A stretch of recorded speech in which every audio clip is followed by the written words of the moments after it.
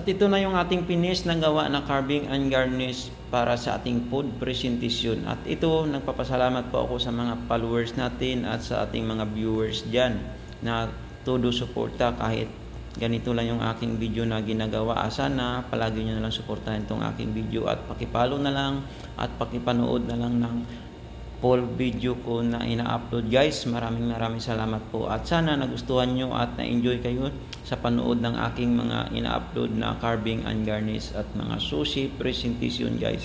Maraming salamat po sa inyong lahat. God bless all. Bye bye.